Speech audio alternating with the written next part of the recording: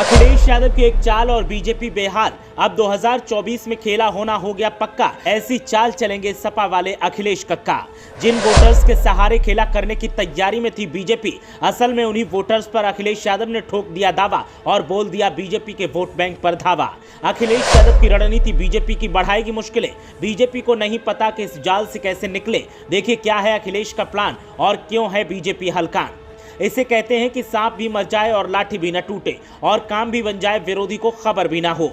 लोकसभा चुनाव 2024 की तैयारियों का दौर जारी है और तैयारियों के बीच अखिलेश यादव ने ऐसा दांव चला है कि बीजेपी वालों का गला सूख रहा है और होठों पर कमजोरी के एहसास से पपड़ी जमी है और सामने वोट बैंक सपा के खाते में जाता दिखाई दे रहा है। अखिलेश यादव के सियासी कौशल को चुनौती देने वालों को सपा चीफ ऐसी सियासी चोट देंगे किसी ने सोचा भी नहीं होगा। अखिलेश यादव का स्टाइल एकदम सिंघम वाला हो गया है। अब सपा चीफ ने ऐसी तैयारी की है कि सुनने वाले हैरान हैं और देखने वाले दंग, और बीजेपी वालों को तो काटो तो खून नहीं के हालात हैं। जिस वोट बैंक के दम पर बीजेपी खेला करने की तैयारी कर रही थी, हकीकत में उसी वोट बैंक को अखिलेश यादव ने हथियाने की ऐसी रणनीति बनाई है कि अब बीजेपी वालों को यही समझ नहीं आ रहा कि वो करें तो करे क्या और संभाले क्या।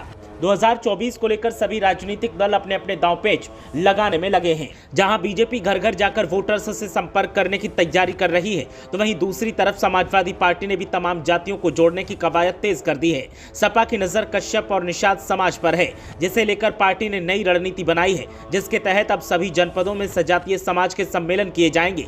समाजवादी पार्टी की नजर पिछड़े वर्ग की उन जातियों पर है जो पिछले कुछ चुनावों में बीजेपी के साथ दिखाई दे रही है। ऐसे में इन्हें जोड़ने के लिए सपा नई रणनीति पर काम करना शुरू कर दिया है। इससे पहले 13 अक्टूबर को अखिलेश यादव ने निषाद, कश्यप, मझवार, रैकवार, तुरहा, कहार, मझवार समेत सजातीय प्रतिनिधियों के साथ मुलाकात की थी और उन्हें इस बात का भरोसा दिलाया है कि केंद्र की सत्ता में प्रभावी भूमिका में आने पर वो इस समाज के लोगों के आरक्षण संबंधी मांगों को पूरा करने के लिए ईमानदारी से प्रयास करेंगे। अखिलेश यादव ने इन जातियों के प्रतिनिधियों से कहा कि पहले उन्हें सपा को जिताने के लिए जनाधार बढ़ाने में मदद करनी होगी। सपा अब हर जिले में सजातीय समाज के बीच सम्मेलन की तैयारी कर रही है, जिसके लिए जिलावार पार्टी के ओबीसी मोर्चा के पदाधिकारियों को जिम्मेदारी भी दी गई है कि वो इस समाज के लोगों से बात करें और जातीय जनगणना के बारे में जानकारी दें।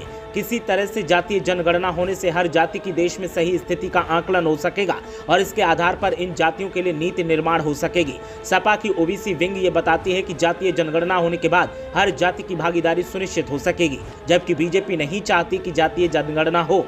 सजातीय सम्मेलनों के जरिए सपा नेता कश्यप निषाद समाज के लोगों से मिलेंगे और ये बताएंगे कि किस तरह फूलन देवी को सपा के संस्थापक मुलायम सिंह यादव ने देश की संसद तक पहुंचाया। यही नहीं, उनके मुद्दों को भी जोर शोर से उठाया जाएगा। अखिलेश यादव की रणनीति की खबर से ही बीजेपी का हाल बेहाल है। अगला कदम उठाने का दोनों पक्षों की तरफ से इंतजार किया जा रहा है। अब देखना यह है कि कौन सा कदम किस ओर सियासत को लेकर जाता है। ब्यूरो रिपोर्ट, मीडिया हलचल।